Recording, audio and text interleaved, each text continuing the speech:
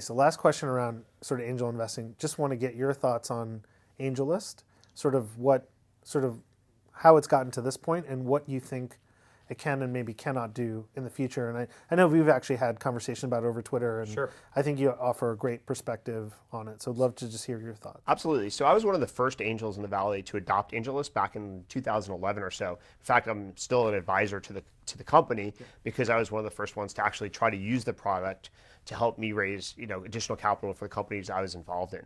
Occasionally, I would invest in companies that people thought were ugly ducklings, and the companies needed more money. So I was using AngelList as a tool to help the company raise more capital. And so I got to know the company, got to know AngelList quite well from that experience. Now, from my perspective, I think AngelList will help, but I don't believe in the United States so companies located in the United States, entrepreneurs located in the United States, that there's an inefficient supply of capital for startups. If anything, I think there's too much capital chasing too few good entrepreneurs and too few great This is ideas. your baseball analogy, Yes. right, around pitchers. Yeah, so Major League Baseball, if you're a baseball fan, nobody has figured out how to mint more people, whether God or training, that allows you to throw a fastball at 90 miles an hour. And it turns out that basically, if you can't throw a fastball 90 miles an hour, it's almost impossible to become a major league pitcher. And so Major League Baseball just can't add new franchises. They can't add a franchise in London. They can't add a franchise, somewhere down, in San Jose. Because there just aren't more supply of pitchers, so you just dilute the talent if you do that, which changes the game. And they went through expansion, right? Which It is went through kind of like- expansion, which did change some of the actual fundamental metrics. And performance now is overlapped with some steroids and stuff, so it's hard to tease those things out. So I don't recommend entrepreneurs trying steroids either to try to hide this. But fundamentally, there's a constraint. Building a company is difficult. It's always been difficult. Scaling a company is difficult. Leadership talent is very scarce. And so once you break through product market fit, every company we're involved in needs leaders, whether it's a VP of marketing or a VP of engineering or a CFO or a VP of product or a lead designer.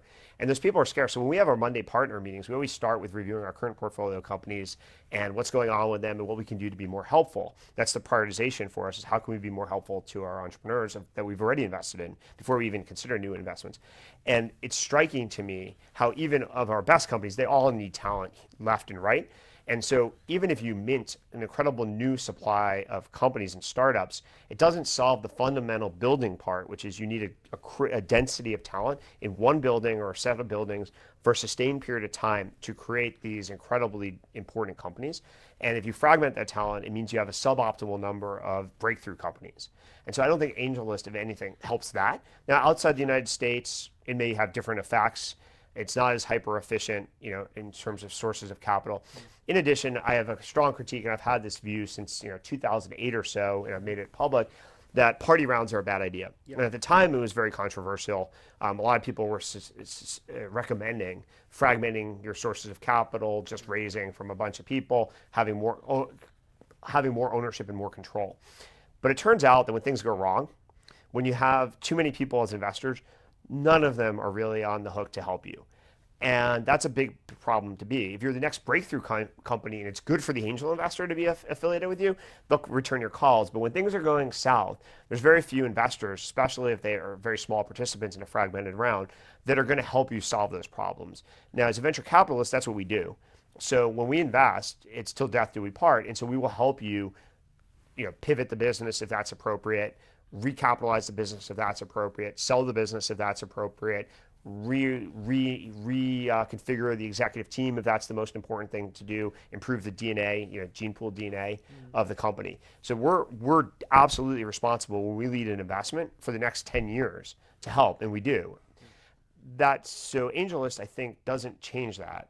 And so I highly recommend it be a supplemental source to capital, but that if you have the option, you raise money from one lead investor who has the right skill set, background, and temperament to help you. So just to repackage that, you're saying your advice would be to a founder out there, go ahead and leverage AngelList, but make sure somebody is leading your round, even if it's an early round.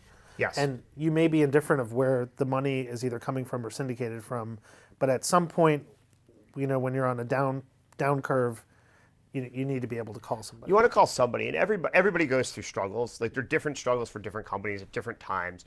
cold winter sort of thing, is like was Reid Hoffman's phrase.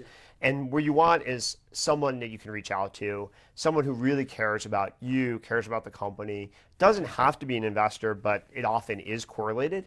And I would want to make sure that one of those people is on my team. And then where the derivative capital comes from isn't as important, as long as you have somebody that you can point to and say, yes, you've got my back.